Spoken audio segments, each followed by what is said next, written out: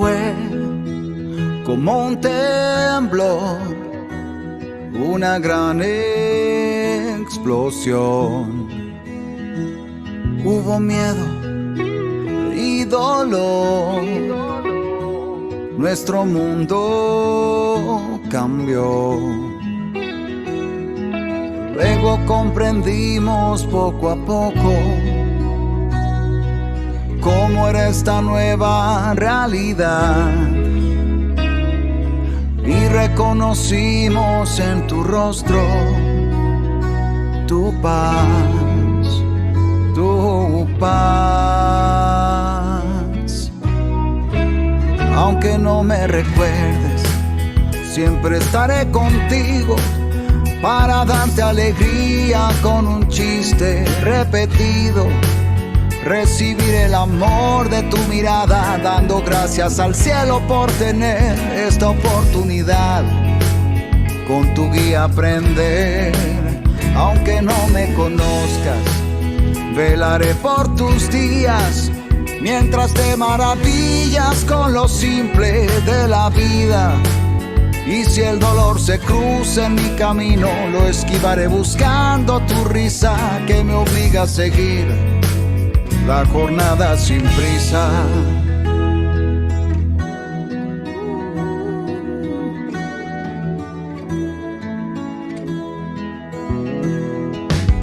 Hoy abrazamos esta aventura, luchando el viaje que continúa, y con los planes que se quebraron, hicimos sueños y los sembramos, pues cada día nos trae esperanza y nuestra historia forja templanza. Cuidar de ti, sentir el momento, vivir el hoy, ese es el intento. Y si a veces cada paso cuesta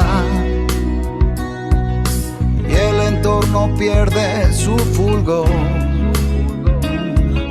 tu presencia siempre reconforta, me trae luz, tu amor. Aunque no me recuerdes, siempre estaré contigo para darte alegría con un chiste repetido. Recibir el amor de tu mirada, dando gracias al cielo por tener esta oportunidad. Con tu guía aprender, aunque no me conozcas, velaré por tus días, mientras te maravillas con lo simple de la vida.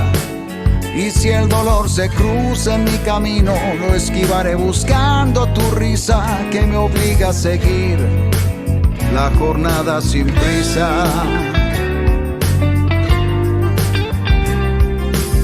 Aunque no me recuerdes, siempre estaré contigo para darte alegría con un chiste repetido. Recibir el amor de tu mirada, dando gracias al cielo por tener esta oportunidad.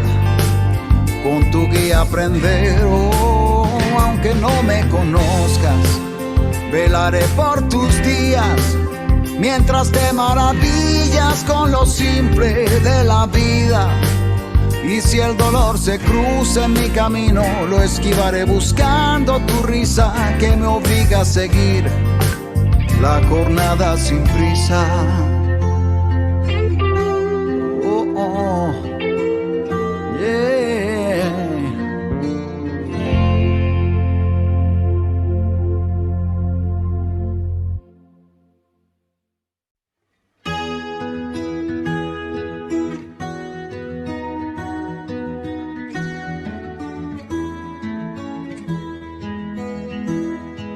Fue como un temblor, una gran explosión. Hubo miedo y dolor, nuestro mundo cambió. Luego comprendimos poco a poco cómo era esta nueva realidad, y reconocimos en tu rostro tu paz, tu paz. Aunque no me recuerdes, siempre estaré contigo para darte alegría con un chiste repetido. Recibir el amor de tu mirada, dando gracias al cielo por tener esta oportunidad. Con tu guía aprender, aunque no me conozcas, velaré por tus días, mientras te maravillas con lo simple de la vida. Y si el dolor se cruza en mi camino, lo esquivaré buscando tu risa que me obliga a seguir la jornada sin prisa. Tu paz. aunque no me recuerdes, siempre estaré contigo para darte alegría con un chiste repetido. Recibir el amor de tu mirada, dando gracias al cielo por tener esta oportunidad.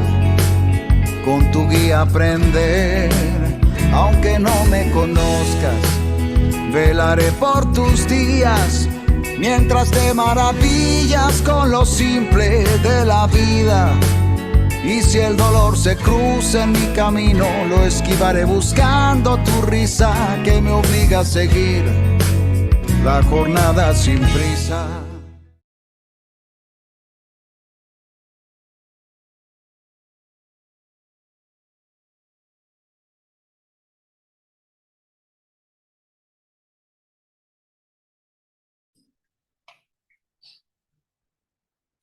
Excelente tarde y bienvenidos familiares, cuidadores, profesionales de la salud, asociaciones y personas que tienen interés en conocer más acerca del Alzheimer. Mi nombre es Carolina Naranjo y les estaré acompañando esta tarde. Nos encantaría saber de dónde vienen. Por favor, si pueden contestar la siguiente encuesta. Somos una organización sin fines de lucro creada para contribuir a un mejor desarrollo social y comunitario, que apoya a familiares, cuidadores y personas que tienen en su entorno a una persona con la enfermedad de Alzheimer. La Fundación TASE se creó en el año 2011 con el asesoramiento de Alzheimer León, España. Nuestro primer proyecto fue la creación del centro terapéutico, así como los grupos de apoyo y capacitaciones para familiares, cuidadores formales e informales y público en general. En el año 2018 abrimos la primera residencia para personas con Alzheimer y demencias en el país. Desde hace 13 años hemos llegado a más de 3 millones de personas, cada año con campañas anuales a través de caminatas en ciudades como Quito, Guayaquil, Cuenca y Galápagos, brigadas de capacitación para personas de escasos recursos en diferentes ciudades, así como cursos, talleres presenciales y charlas virtuales.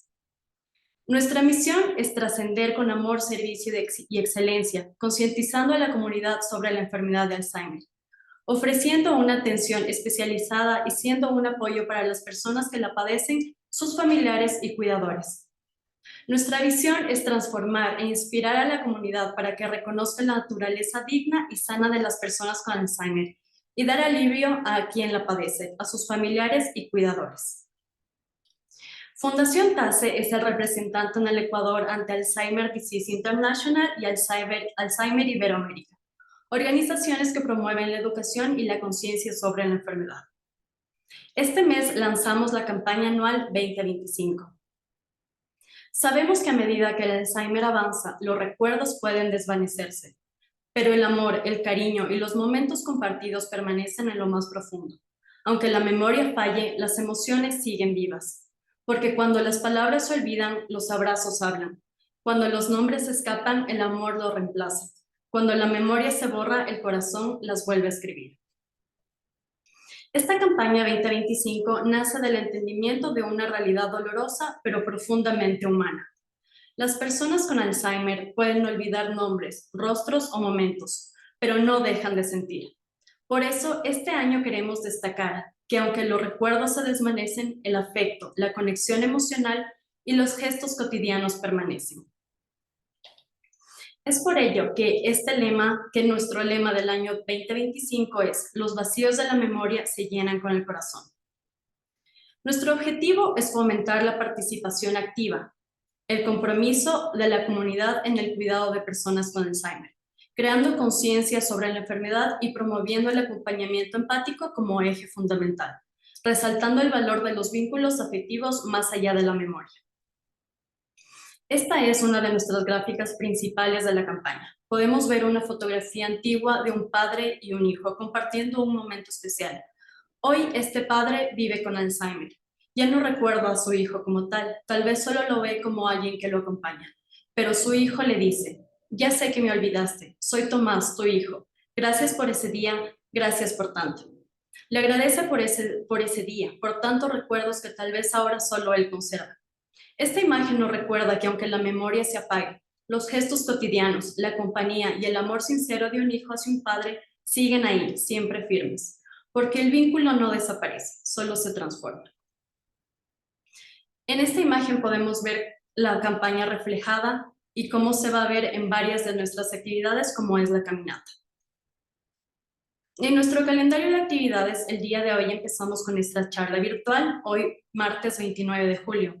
En septiembre tenemos el jueves 4 la cena de doctores, el sábado 6 la capacitación presencial en el Hotel Sheraton, que me anticipo para invitarlos a esta capacitación. El viernes 12 tenemos una brigada en Loja, el sábado 13 una caminata en Loja, el domingo 14 la caminata en Galápagos, el viernes 19 la brigada en Guayaquil, el sábado 20 la caminata en Guayaquil, domingo 21 caminata a Quito, viernes 26 brigada en Loja, sábado 27 caminata en Cuenca, martes 30 charla virtual. De igual manera, en septiembre tenemos la charla en el Salón de la Ciudad y nuestro tan anhelado estreno del documental 2025.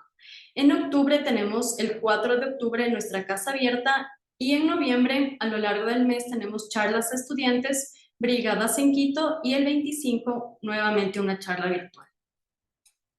Les invitamos a que se unan a estos eventos que son espacios de crecimiento y aprendizaje para cuidar de nuestro familiar con Alzheimer. Toda la información de las actividades, junto con los links de acceso, direcciones y fechas, podrán encontrarlas en nuestros canales de comunicación como Facebook, Instagram, página web y nuestro canal de YouTube, en las cuales nos pueden encontrar como Fundación TASE. El día de hoy doy la bienvenida a nuestro doctor, el doctor Juan Manuel Orjuela, médico neuropsiquiatra con el tema trastornos musicales en la persona mayor. El doctor Orjuela es un médico y psiquiatra de la Universidad Javeriana, neuropsiquiatra de la Universidad Nacional Autónoma de México, máster y docente de neuromúsica con NUS Agency y la Universidad de Nebrija en España, ganador del premio Fundadores por la investigación titulada Reconocimiento de emociones musicales en pacientes con demencia frontotemporal variante conductual, miembro de la Junta Directiva de la Asociación Colombiana de Psiquiatría y miembro de la International Neuropsychiatric Association. La charla tendrá una duración aproximada de 45 minutos para exponer el tema y luego tendremos 15 minutos para responder la mayor cantidad de preguntas que podamos. Para ello, les pido escribir las preguntas en el chat de Zoom. Nosotros las iremos guardando para presentarle al doctor al final de su intervención. Para las personas que no pudieron unirse, estaremos transmitiendo esta charla en Facebook Live. De todas maneras, la charla quedará grabada y la subiremos a nuestro canal de YouTube. A continuación, le doy la bienvenida al doctor Orjuela.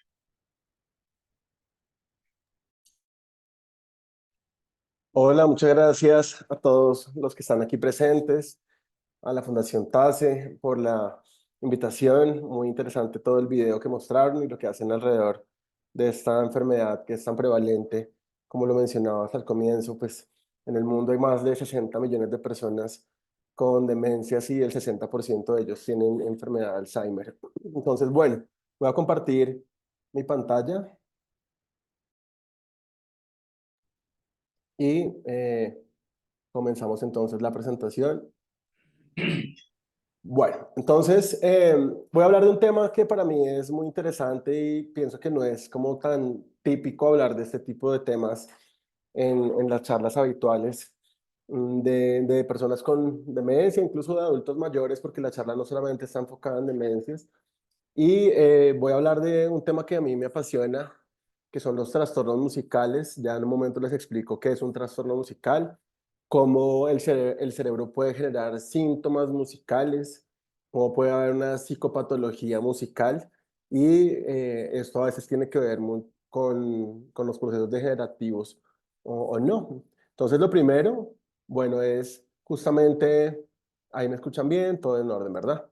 Justamente preguntarnos acerca del origen de la música en los humanos. Y eso es una pregunta importante porque si uno se imagina en qué momento de la evolución aparece la música, de pronto se cuestiona cosas como la siguiente, y es si Lucy, la famosa Australopithecus afarensis de 3,2 millones de años, ya tenía musicalidad o tenía algunas habilidades musicales. Por ejemplo, ¿será que Lucy de pronto se detenía y recogía algunas semillas, algunas piedras para hacerla sonar como si fuera una maraca? ¿Será que Lucy era capaz de imitar los sonidos de los pájaros durante sus deambulaciones por la sabana africana, que es parte del origen de la música, como de pronto se cree que es una mímesis de todo el entorno de la naturaleza? ¿Será que Lucy podía bailar de alguna manera, seguir ciertos ritmos, patrones? Entonces, es una pregunta que no tiene una respuesta muy fácil, ya que, como les mostraré a continuación, hay unos fósiles que se han encontrado que son antiguos, pero si quisiéramos abordar este tema desde un punto de vista filogenético, les recomiendo este libro que se llama Los neandertales cantaban rap, cuyo autor, quien es Steven Mithen. Steven Mithen es un arqueólogo cognitivo. Los arqueólogos cognitivos se encargan de documentar cómo a través de la evolución fue surgiendo el pensamiento simbólico. Y en este caso, Mithen dice que más o menos hace 2 millones de años existía un protolenguaje, que es un lenguaje muy similar, por ejemplo, al de un chimpancé, que es muy prosódico, es muy emocional, es vociferado muchas veces, es muy cargado de, digamos, un componente emocional a través de la prosodia, pero hace 200.000 años, perdón, se crea como un patrón donde se rompe este protolenguaje y aparece la música como la conocemos y aparece el lenguaje referencial, o sea, el lenguaje que hace referencia a algo. Por eso se habla que en el lenguaje pues hay muchos aspectos musicales, por ejemplo, el lenguaje es secuencial, también es melódico, tiene inflexiones tonales, tiene pausas, tiene cadencias, pero la música también existe en la música, la sintaxis musical, los parágrafos o las frases musicales. Entonces hay un parangón entre el lenguaje referencial, que hace referencia a algo, y la música. Y eso tiene que ver con un probable origen común, dice Steven Mitten. Sin embargo, es muy difícil afirmar que llevamos 200.000 años con la música y por eso nos podemos ir a los instrumentos fósiles. Este es uno de los instrumentos fósiles más antiguos, es una flauta que data de hace 60.000 años, encontrada en Eslovenia y pertenece al fémur del oso de las cavernas. Se sabe que es una flauta porque tiene 5 orificios, aquí hay uno, dos, tres, cuatro y en el respaldo tiene un quinto orificio y básicamente pues podría corresponder a una flauta con capacidad para escalas pentatónicas. Entonces sí parece que por lo menos llevamos 60.000 años produciendo flautas, pero obviamente las flautas son un instrumento muy elaborado, ¿verdad? Probablemente antes de esto estaban los membranófonos, un tronco con piel, los instrumentos de percusión, la percusión en el agua, como lo hacen algunas tribus en Papúa Nueva Guinea. De hecho, en Israel hubo un profesor que reprodujo básicamente de la misma manera este hallazgo fósil y nos muestra cómo suena esta flauta del fémur del oso de las cavernas.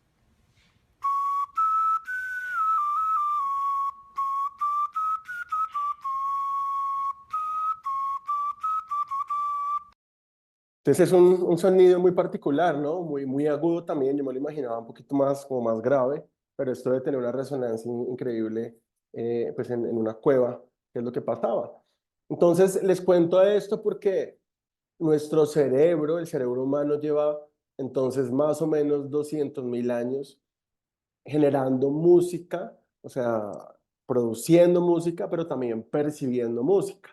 Y eso ha hecho que en el cerebro humano, y hoy no les voy a dar como tanta clase o no va a profundizar tanto en esto, pero digamos que el cerebro humano tiene unos dominios de procesamiento musical. Hay zonas específicas para el procesamiento tonal, para el ritmo, para las armonías, para los timbres.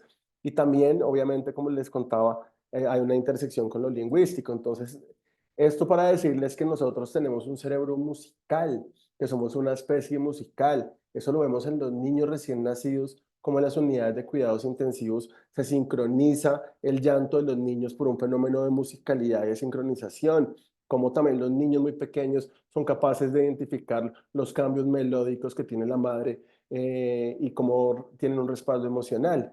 De manera que somos una especie musical y esto nos va a proteger, por ejemplo, cuando tengamos enfermedades neurodegenerativas como el Alzheimer, de que se deterioren estos módulos, como ya lo vamos a ver en un momento. Y esto también es una oportunidad para trabajar con la música en ciertas enfermedades como el Alzheimer. Entonces, ustedes saben que en la enfermedad de Alzheimer, pues hay muchos cambios biológicos. Uno de ellos es la atrofia de la corteza cerebral. Aquí vemos claramente pues, cómo hay una contracción, una retracción de la corteza cerebral, pero también un hallazgo fundamental es la atrofia de los hipocampos, que los hipocampos son las estructuras que se encargan de almacenar la memoria reciente. Por lo tanto, va a haber una condición de atrofia cerebral con atrofia hipocampal, y esto es lo que caracteriza la enfermedad de Alzheimer desde el punto de vista como el marcador biológico. Ustedes habrán visto seguramente este video que es muy bonito, les voy a poner un fragmento. Ella es Marta González, una persona que ya falleció, pero fue una bailarina muy famosa en Nueva York de ballet, y ella desarrolló esta enfermedad de Alzheimer. Y este grupo de música para despertar en España, que se encarga como de hacer ciertos correlatos entre la música y las demencias, le dice que baile, que recuerde cómo era la danza que ella tenía en su época dorada, y le pide que haga un fragmento de El lago de los cisnes de Tchaikovsky.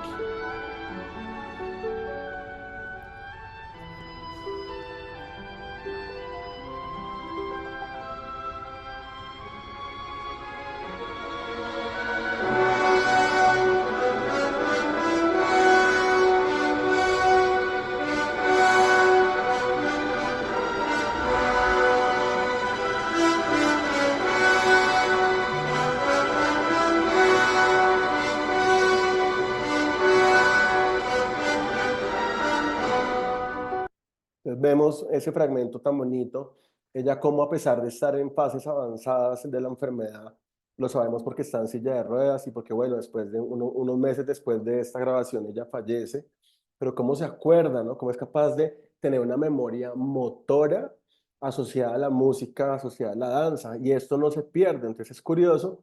Ese es otro caso muy famoso en un documental llamado Alive Inside, donde diferentes trabajadores sociales en Estados Unidos iban por algunos centros geriátricos y le ponían canciones a los pacientes que estaban allí hospitalizados. Él es un caso famoso porque es Henry. Él le gustaba mucho el jazz cuando era joven, y como ustedes ven ahí está muy apático, muy apagado en el hogar, muy indiferente, que eso es un signo muy prevalente en el Alzheimer, ¿no? La apatía, la indiferencia. Y vean ustedes con la música cómo crea una respuesta de alertamiento. Henry, Yeah, Henry, yes, so I found your music. You want your music now? what do you want me? Let's try your music, okay? And then you tell me if it's too loud or not. Then he is given an iPod containing, we know, his favorite music.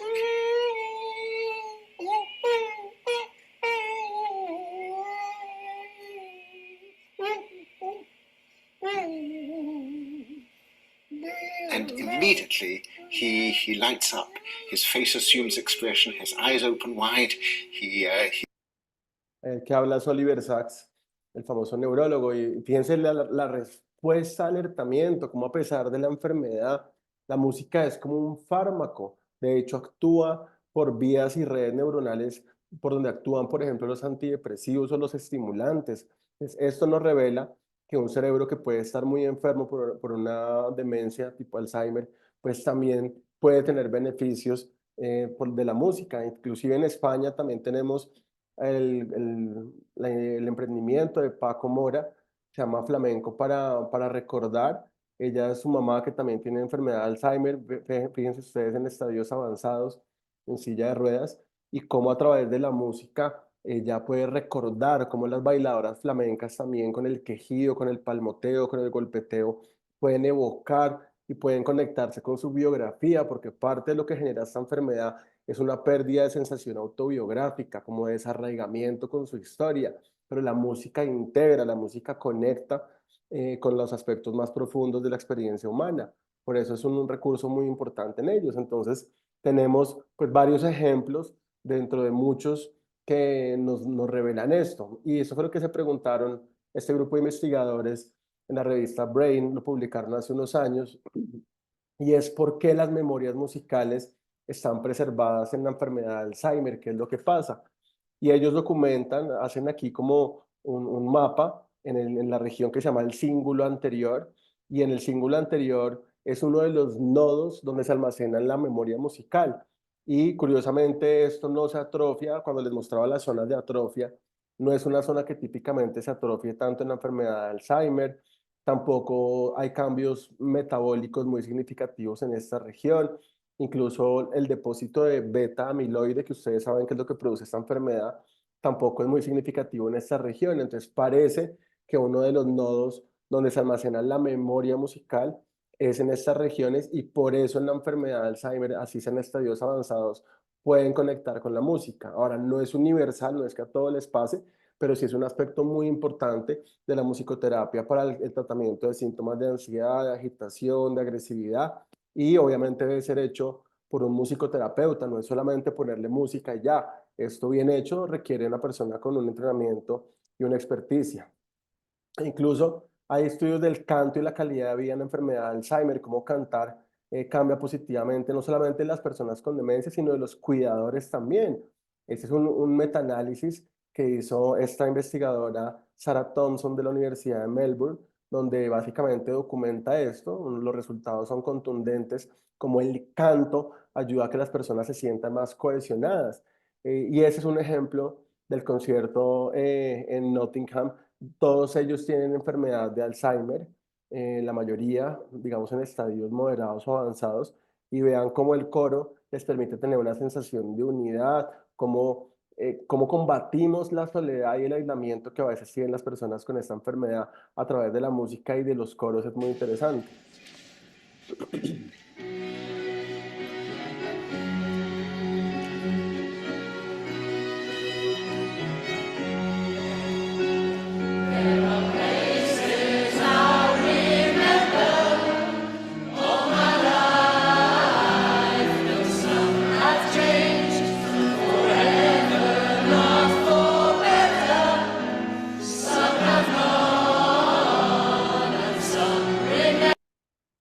Entonces vemos aquí inclusive el señor que está aquí también en fases muy avanzadas, y claro, el público les ayuda, la gente los está promoviendo, y esto es muy curioso porque ustedes saben que nosotros tenemos muchas hormonas, pero hay una neurohormona llamada la oxitocina, y se ha visto con otros estudios de neuromúsica que cuando uno canta en coro, fíjense aquí está la persona cantando individual versus en coro, cuando uno canta en coro modula mejor su estado de ánimo, pero además aumenta los niveles de oxitocina en la saliva. Y la oxitocina es la hormona que tiene que ver con el apego y con la cohesión social. Por lo tanto, pues es fundamental que las personas sean conscientes de esto al momento de decidir cómo hacen las intervenciones. Inclusive también en ese estudio mostró cómo baja los niveles de cortisol, y eso se ha visto también, por ejemplo, en Alzheimer, cómo el cortisol se asocia a ansiedad, a agitación, a estrés, y básicamente ese tipo de intervenciones disminuyen los niveles de cortisol en sangre. Entonces tenemos, no solamente se trata como de poner música y ya, sino como todo esto tiene unas bases neurocientíficas que están muy bien estudiadas por lo que yo me he dedicado en los últimos años, que es este terreno de la neuromúsica. Como mencionaba, yo soy neuropsiquiatra, pero también tengo una formación en neuromúsica. Además soy baterista, entonces tengo una mezcla ahí de toda esta información en mi cabeza, y por eso los invito también a consultar esta área que es muy interesante. De hecho, los músicos, la gente que practica un instrumento produce más BDNF, que el BDNF son factores neurotróficos derivados del cerebro, es decir, es como el abono para las neuronas. Cuando ustedes hacen ejercicio, eso genera más BDNF. Cuando ustedes toman suplementos o medicamentos que tienen, por ejemplo, efectos antidepresivos, aumenta el BDNF. Entonces, la música es genial para mantener la vitalidad de las neuronas, eso es muy, muy importante. Y tanto que si uno practica un instrumento a lo largo de la vida, el doctor Kokubo de la Universidad de California ha mostrado que hay un menor riesgo de tener una demencia. Si ustedes quieren prevenir el riesgo de una demencia, pueden empezar a tocar un instrumento, no importa la edad. No importa que no sepan o no hayan aprendido nunca un instrumento, pero todo esto genera cambios de neuroplasticidad. ¿Listo? Esto al final lo que nos revela es que la música o practicar la música tiene efectos neuroplásticos. Vean, ese es el estudio que publica el doctor Kokubo, cómo tocar un instrumento disminuye el riesgo de demencia. Eso es un metaanálisis que nos muestra parte de esto. Entonces, bueno, ya para ir pasando, digamos, al componente central de la charla, yo les contaba que les voy a hablar también de trastornos musicales. Un trastorno musical es cualquier condición neurológica o psiquiátrica que afecte el procesamiento de la música. Entonces, por ejemplo, uno puede tener un tumor o una enfermedad cerebrovascular o una demencia que impida que uno capte bien los tonos, las armonías, el timbre, el ritmo, muchas cosas. El reconocimiento de emociones musicales, o también que no pueda expresar la música. Si uno es, por ejemplo, un músico, hay dificultades con la escritura, con la ejecución del instrumento, pero también pueden aparecer ciertos fenómenos como las alucinaciones musicales, algunos tipos de obsesiones, sinestesias. Entonces voy a poner algunos ejemplos porque esto pues es muy amplio y no tenemos tampoco tanto tiempo. Por ejemplo, de las alucinaciones musicales, que es lo que yo más veo en consulta en los adultos mayores. Esta es una mujer de 82 años, ella estudió dibujo arquitectónico y llevaba 5 años donde estaba perdiendo la audición progresivamente. Ella me contó en consulta, estaba muy angustiada, pensaba que se estaba enloqueciendo, porque decía que escuchaba Cielito Lindo, esta famosa canción mexicana, y decía, la escuchaba con el cantante y con todo, como si fuera una orquesta. El problema es que la escuchaba en su casa, en el supermercado, en la calle, y obviamente pues el sonido no era un radio que ella tuviera externamente. A veces le sonaba como música coral, como música clásica, y la escuchaba desde afuera como si fuera el cuarto del vecino, ¿no? No es algo que está en la imaginación, no es un recuerdo, sino es algo que parece provenir desde afuera, por eso es una alucinación con la misma velocidad. Y vamos a ver un poquito una parte del fragmento de la entrevista que le hice a ella, aunque ella igual permitió la divulgación de las imágenes para temas académicos. En este caso, como lo transmitimos por Facebook y queda en redes, voy a omitir su cara. Después me di cuenta que cuando estaba sola, en silencio, empezaba el tarararara, pero era una tararara con música buena. Yo no sé si es que yo oía muchos conciertos de Pavarotti. Es un buen cantante, no es un chillido ni es un... no, muy buen cantante. Me decía que a veces escuchaba fragmentos de una canción que no le gustaba tanto, que era Cielito Lindo. Ay, sí, es que eso hace mucho tiempo, esa canción, y nunca me gustó. Fíjense eso, y nunca me gustó, porque uno puede tener alucinaciones que son egosintónicas, es decir, que son agradables, pero puede tener alucinaciones que son egodistónicas, que no son agradables. Y ella alucinaba con una canción día y noche que nunca le gustó. Eso es característico y eso genera mucha ansiedad, por eso consultan, porque además pues no saben qué está pasando. En este caso pues tomamos una serie de imágenes cerebrales, aunque uno mira este cerebro y dice, no, pues hay una atrofia de los hipocampos, hay atrofia de la corteza, hay lesiones en la sustancia blanca. Lo que ella tenía realmente no era un deterioro cognitivo, ella estaba bien cognitivamente, esa es la prueba neuropsicológica, pero sí tenía una sordera, una hipoacusia moderada severa, es decir, se estaba quedando sorda, y lo que hace el cerebro en ese momento es que puede tener alucinaciones por liberación, así se llaman. Resulta que hace varios años en Canadá existió este famoso neurocirujano Penfield, y Penfield hacía cirugías con pacientes despiertos, y él lo que hacía es que con un electrodo iba trazando toda la topografía de la corteza cerebral, y cuando llegaba a unas regiones muy específicas que están aquí en el surco temporal superior derecho, ahí en esa zona la gente alucinaba con música estando en la sala de cirugía. La gente escuchaba canciones de la infancia, de la adolescencia, y las personas tenían alucinaciones musicales.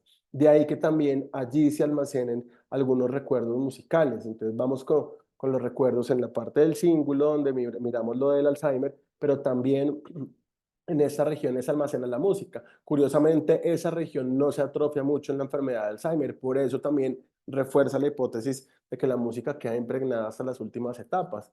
Y lo que le estaba pasando a esta paciente es que tenía a lo que llamamos un síndrome de Charles Bonnet auditivo. El síndrome de Charles Bonnet fue descrito por un oftalmólogo llamado Charles Bonnet, y él veía a pacientes o personas que tenían dificultades visuales y empezaban a alucinar, podían alucinar con niños pequeños, con payasos, con ballenas, tiburones, o sea, son alucinaciones muy complejas. Pero aquí lo que pasa es que al estar quedando sorda, esta persona empezaba a alucinar con canciones de la infancia. Y por eso se le llama un síndrome de Charles Bonnet, pero auditivo.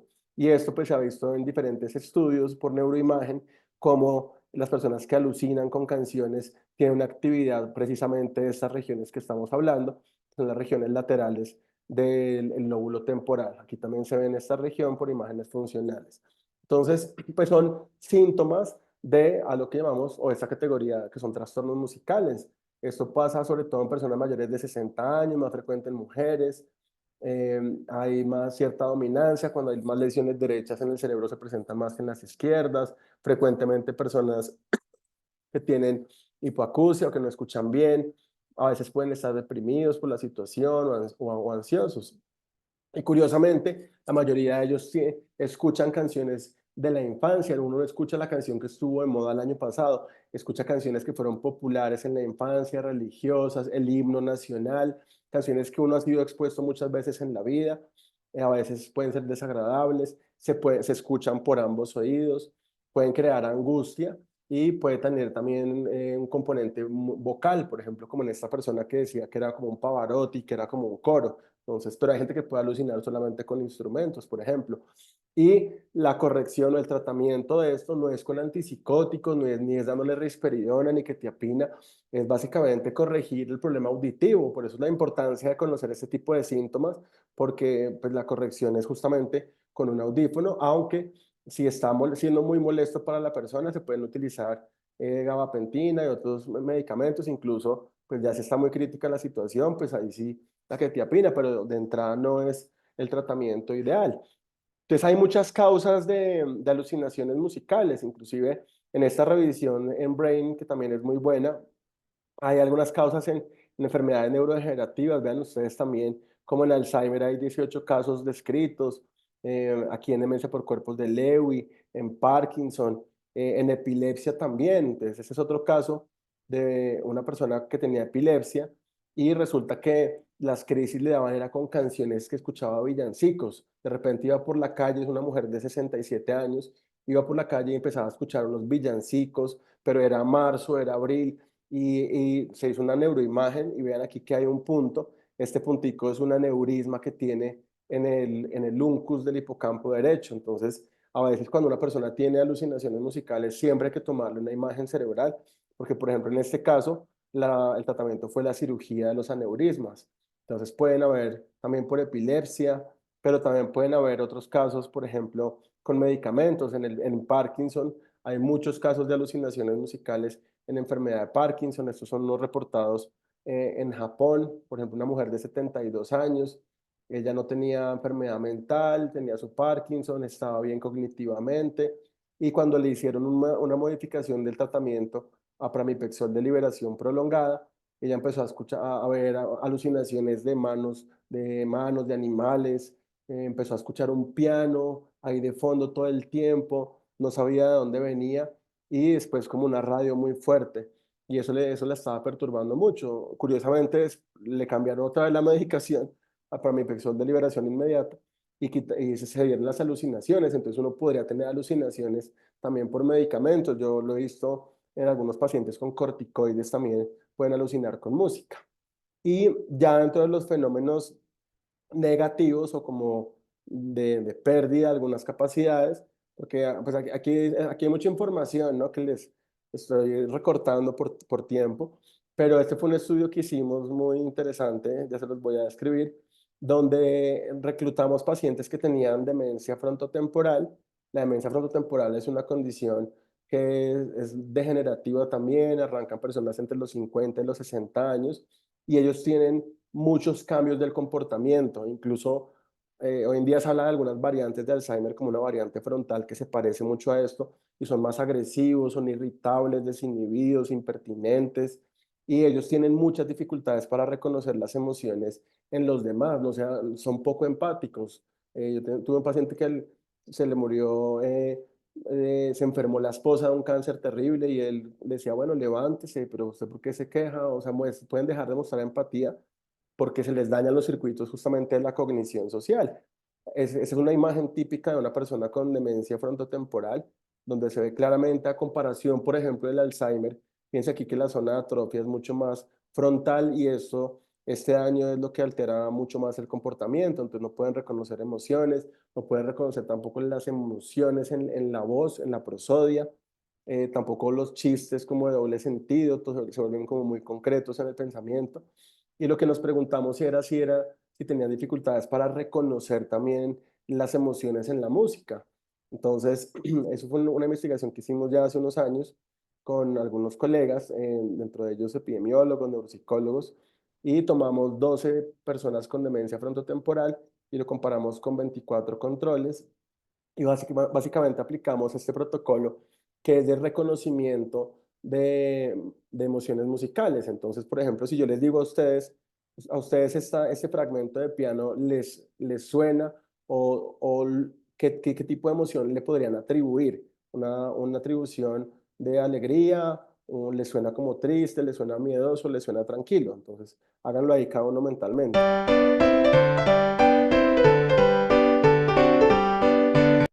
Entonces la mayoría de gente, listo, pues sonó como alegre, tenía un tempo más rápido, unos acordes que eran más armónicos, eran consonantes.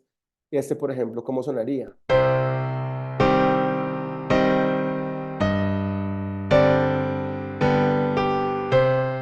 Esta es música triste o suena triste, no es que a mí me dé tristeza, pero uno diría suena como triste, porque era tonalidades menores, un poco más lenta, más melancólica. Y esta, por ejemplo, ¿cómo le sonaría?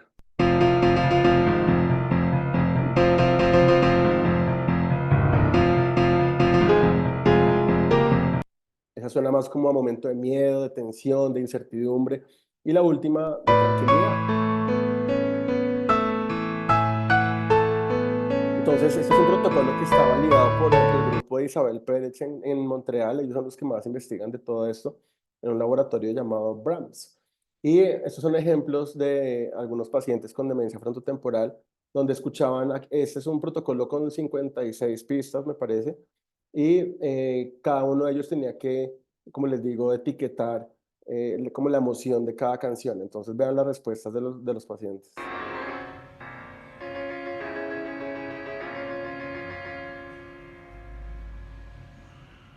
Alegría.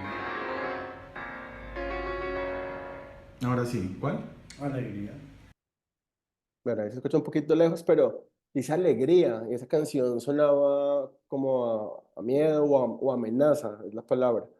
Entonces, y lo intenta hacer bien, realmente es que no reconocen, al igual que no reconocen las emociones en las caras de las personas. Ese es otro ejemplo también, a ver si aquí lo puedo subir un poquito al volumen. Entonces...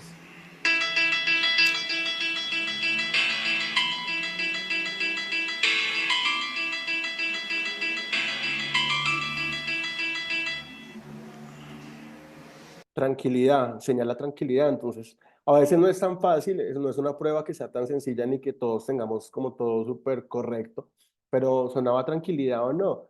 Y eso, como les digo, pues lo hicimos en 12 pacientes, lo comparamos con 24 controles, y esto fue lo que encontramos. Básicamente, el reconocimiento de todas las emociones musicales era mucho menor en las personas con demencia frontotemporal comparado con los controles, pero sobre todo tuvieron muchas dificultades para reconocer las emociones negativas. Las emociones negativas en este caso son la tristeza y la ansiedad, y esto pues es importante porque justamente cuando uno no reconoce las emociones negativas en los otros, la tristeza, la ansiedad, el miedo, pues se vuelve poco empático.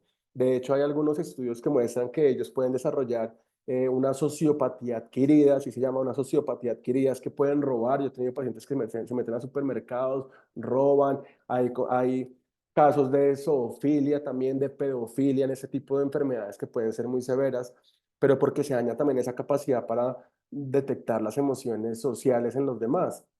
Y eso tiene que ver con que pues, la música se procesa justamente en esas regiones, las emociones musicales, que son tan complejas, esa mixtura que da la música, pues justamente se dan todas las regiones que son frontales, que son las que se atrofian en esta enfermedad, en el cíngulo anterior, en la corteza orbitofrontal, en la corteza prefrontal ventromedial. Entonces, al haber un daño acá, pues hay un daño no solamente de la percepción musical, sino también de la cognición social.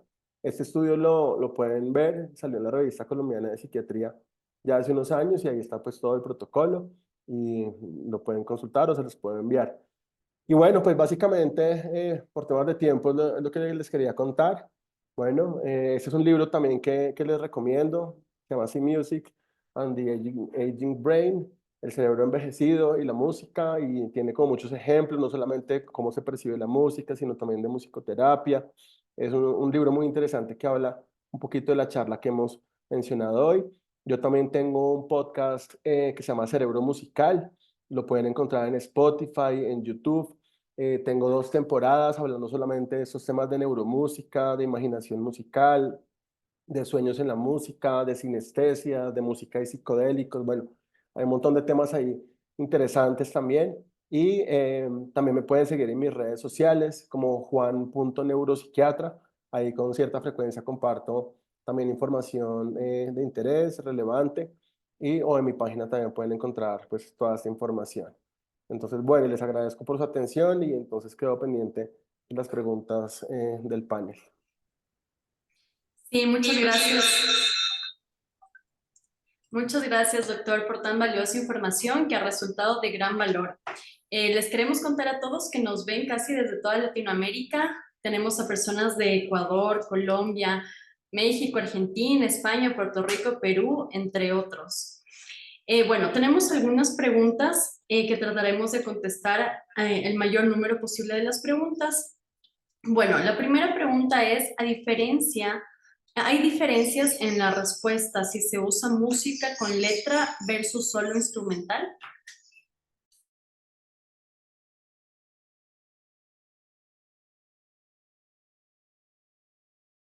Perdón, ya, aquí estoy. Entonces, bueno, mira, depende. Hay diferentes protocolos en musicoterapia, aunque vale la pena decir que yo no soy musicoterapeuta, pero sí trabajo de la mano. Hay 2 tipos grandes de musicoterapia. Una musicoterapia que es receptiva, donde la persona recibe, digamos, la información musical, y otra que es musicoterapia activa, donde se le comparten, por ejemplo, maracas, campanas, tambores, panderetas, y se va creando una comunicación, un diálogo. Entonces, digamos que depende del objetivo que tenga la sesión. Generalmente, si ustedes están buscando relajar a su familiar, que esté más tranquilo, regular la ansiedad, por ejemplo, el síndrome del ocaso, que es tan terrible a las 5 o 6 de la tarde, funciona muy bien canciones que sean conocidas y que canten, porque como les comenté, el canto tiene unos beneficios para ellos también de cohesión. Entonces, depende del objetivo que tengas en mente, se puede utilizar música lírica o música instrumental únicamente. Perfecto. La siguiente pregunta sería, desde la musicoterapia, ¿qué ejercicios has visto que funcionan? Pues igual, depende del objetivo. Por ejemplo, para memoria, la memoria musical es algo muy interesante que lo hacen los musicoterapeutas y son secuencias de sonidos. Por ejemplo, yo le pego 2 campanazos y tú también, después 2 panderetas y tú también. Y después hago combinaciones para ejercitar la memoria más reciente, pero musical. Ese es un buen ejercicio. Y los otros también, como les he mencionado, música que sea antigua, de antaño, bailar también. Hoy no hablé mucho de la danza, pero por ejemplo en Argentina hay unos grupos de Parkinson y tango que ha resultado muy bien, o los ejemplos que mencioné de flamenco para despertar. Entonces la danza también tiene un efecto catártico muy importante, los cansa, los ayuda a hacer actividad física. Entonces todo va a depender del objetivo que quieras. Perfecto, muchísimas gracias. La siguiente pregunta es, ¿se han detectado diferencias en la afinidad de las personas en su preferencia de patrones rítmicos, melódicos o armónicos? ¿De las personas en general o con Alzheimer? Pues sí, es decir, supongo que la pregunta es en general, no solamente para adultos mayores, pero sí, todos nacemos con una musicalidad que es precableada, que es heredada, pero sí hay personas, por ejemplo, que tienen lo que llamamos un oído absoluto. El oído absoluto son niños que desde muy pequeños pueden identificar las notas musicales aleatorias sin un contexto. Entonces, por ejemplo, un pianista toca una nota sin un contexto y el niño dice eso es sol o no sé, re bemol o la nota que sea. Entonces, eso puede pasar, que hay gente que nazca con los circuitos y las neuronas del procesamiento musical más desarrollados, o hay gente que nace con amusias. Hay gente que tiene amusias congénitas y son los que bailan, nunca aprenden a bailar porque tienen un problema rítmico real, no motriz, sino rítmico de tempo, o personas que nacen con amusias a los tonos, nunca son capaces de percibir tonos o discriminarlos, que esto lo ha estudiado muy bien Isabel Pérez en Canadá. Entonces sí hay variaciones en la percepción musical.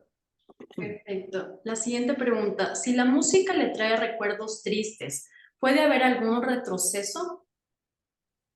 Bueno, esa es una muy buena pregunta.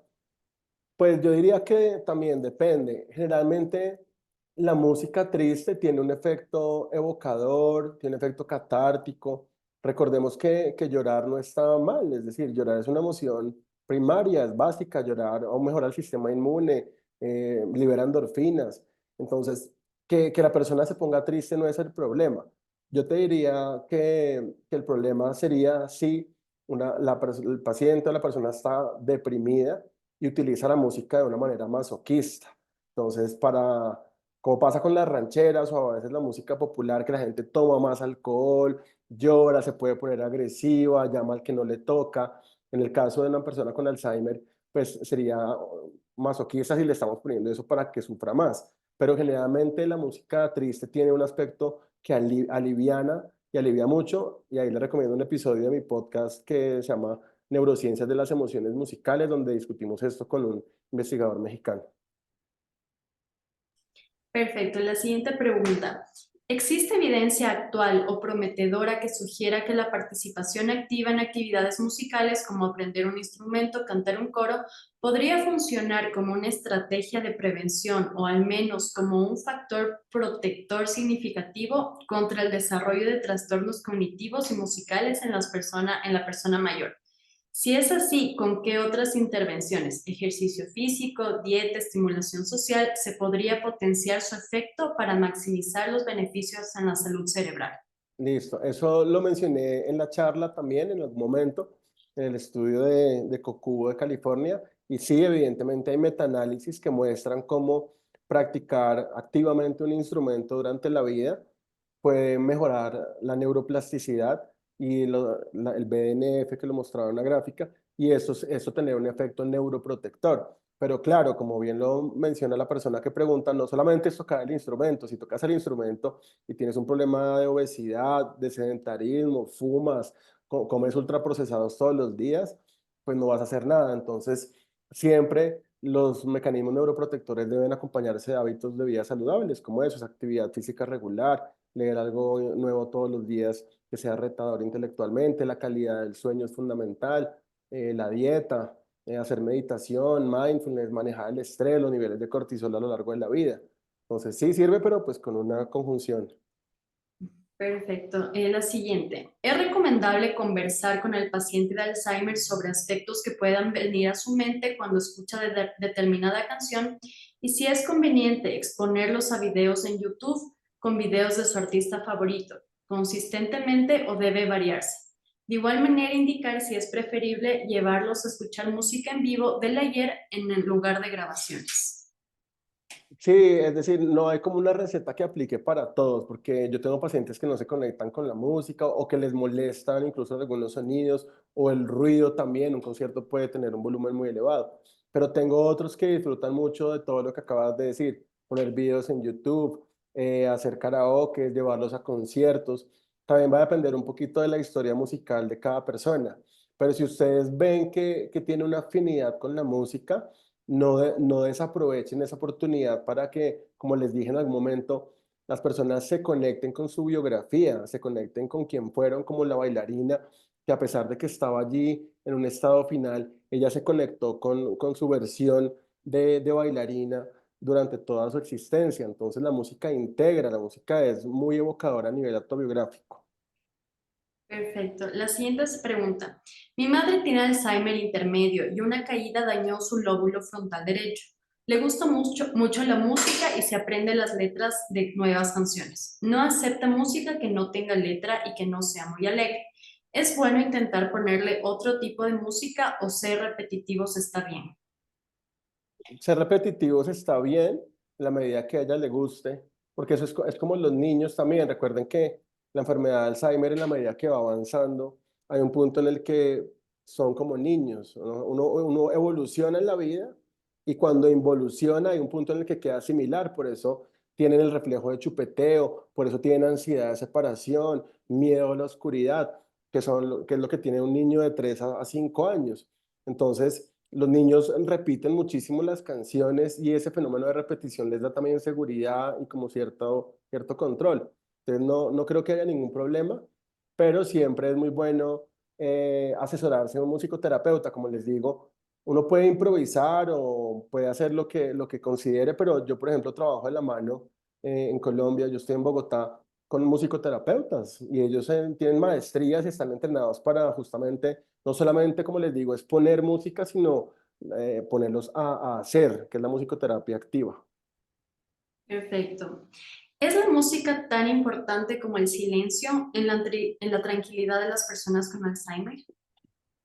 Sí, claro, como todo, pues la música también empalaga, es como el dulce, ¿no? El exceso de dulce, pues es empalagoso, te puedes hastiar fácilmente, entonces, sí, digamos que hay que tener como periodos de tiempo. Lo que yo recomiendo habitualmente con los pacientes de Alzheimer es hacer un cronograma de actividades donde ustedes le programen unas franjas, por ejemplo, todas las mañanas debes arrancar con algo de actividad física, y por ejemplo los lunes le puedes poner una franja de música de 11 a 11 y media, les puedes incluir danza, también es muy importante, otro día, puedes incluir también karaoke o cantos corales, entonces sí es importante, yo lo recomiendo siempre en un cronograma y agendar los espacios sin tampoco saturarlos de muchas actividades.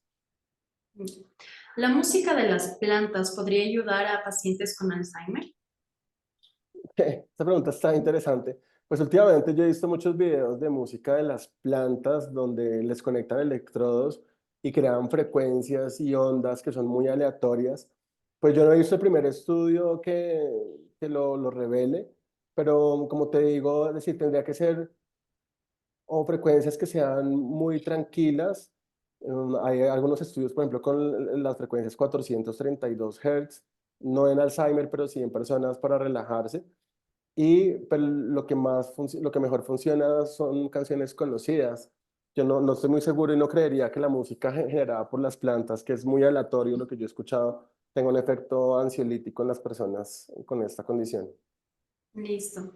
¿Qué actividades se puede hacer día a día en la casa de una persona que tiene Alzheimer para no ponerle solo la radio? Ahora, entonces un poco lo que hacía, ¿no? Entonces, lo que decía. Entonces, siempre un cronograma que incluya algo de actividad física, actividades creativas, también a veces pintar, bailar, es decir, qué habilidades tenía esta persona creativas en la vida, porque además la música es una comunicación no verbal.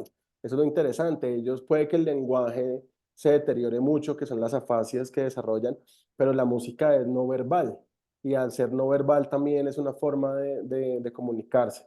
Entonces yo te diría que hicieras una mezcla asesorada por un musicoterapeuta entre aspectos receptivos y aspectos activos. Perfecto. Y bueno, para ya culminar, la última pregunta sería, o bueno, vamos con esta de acá. Un adulto mayor tiene afinidad por un artista específico, en este caso Marco Antonio Solís, y permanece más de 8 horas escuchando sus canciones y viendo sus conciertos. ¿Qué estrategias puede utilizar para que realice otro tipo de actividades, incluida la musicoterapia? Pues bueno, de entrada no vería mucho problema que escuche su cantante favorito porque por lo menos se está conectando con algo. Entonces, igual que los niños, ¿cómo haces para que un niño no vea televisión todo el día? Pues le pones un timer, ¿no? Le estructuras el día. Y eso les ayuda mucho a adquirir hábitos, porque desafortunadamente yo lo veo en mis pacientes también, y es que no tienen una estructura del día a día ni de la semana, sino que cada día es, bueno, ¿qué quieres hacer hoy, mamá? Acompáñame aquí a la tienda. Y ahí ya se acabó todo el plan. Entonces, por eso igual los centros día también son muy recomendables. Yo cada vez que puedo envío a los pacientes a centros, a Club de Alzheimer. Eso es genial porque comparten, socializan, están en grupos, hay actividades de este estilo, hay una estructura en el día a día y ese tipo de estrategia les puede ayudar mucho, ¿no? Incorporarlo en club día o club de Alzheimer. Bueno, perfecto. Muchísimas gracias, doctora Orjuela. Creo que con eso terminamos la mayor cantidad de preguntas. Apreciamos muchísimo su exposición, muy enriquecedora y de muchísimo valor. De igual manera, a todos los asistentes, muchas gracias por su asistencia y sus preguntas. Y pues eso sería todo por esta noche. Recuerden acompañarnos en nuestros eventos. Para conocer más, les invitamos a visitar nuestra página web www.fundaciontase.org. De igual manera, seguirnos en nuestras redes sociales que nos pueden encontrar como Fundación TASE. Espero que hayan tenido una excelente noche y pues que tengan una hermosa semana. Y hasta luego. Gracias por la invitación. Hasta pronto. Muchísimas gracias. Hasta luego.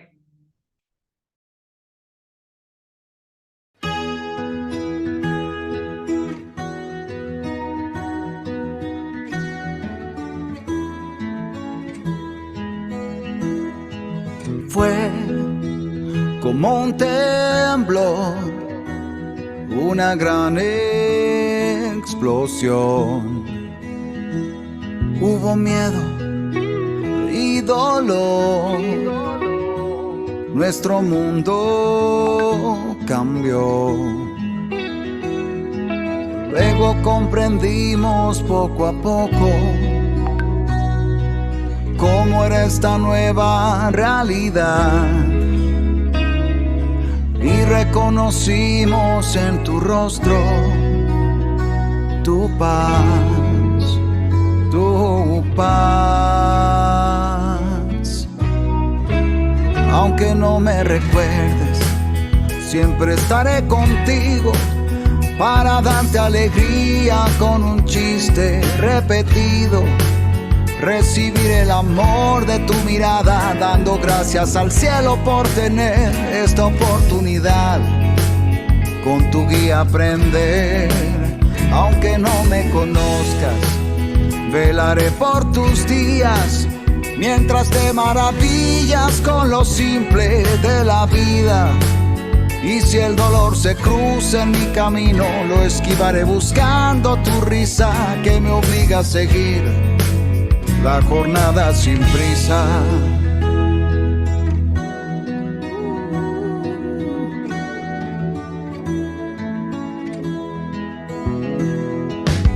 Hoy abrazamos esta aventura, luchando el viaje que continúa, y con los planes que se quebraron, hicimos sueños y los sembramos, pues cada día nos trae esperanza y nuestra historia forja templanza.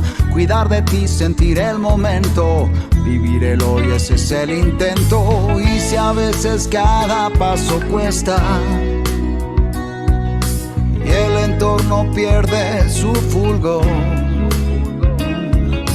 tu presencia siempre reconforta, me trae luz, tu amor. Aunque no me recuerdes, siempre estaré contigo para darte alegría con un chiste repetido. Recibir el amor de tu mirada, dando gracias al cielo por tener esta oportunidad. Con tu guía aprender, aunque no me conozcas, velaré por tus días, mientras te maravillas con lo simple de la vida.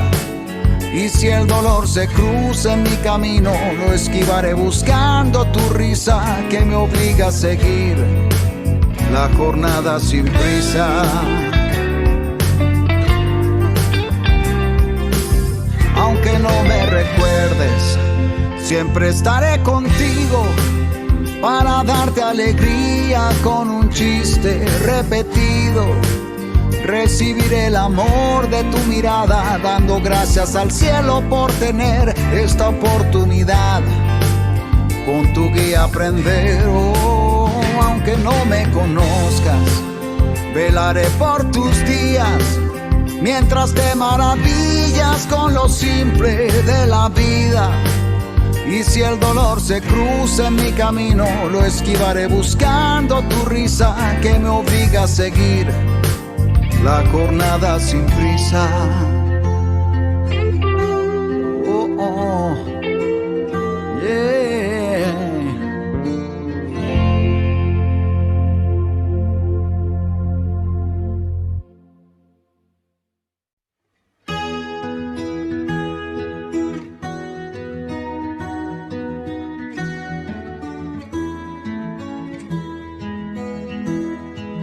Fue como un temblor, una gran explosión.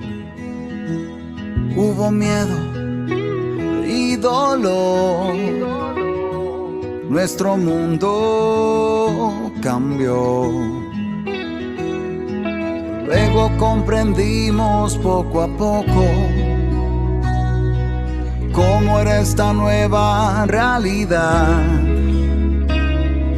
y reconocimos en tu rostro tu paz.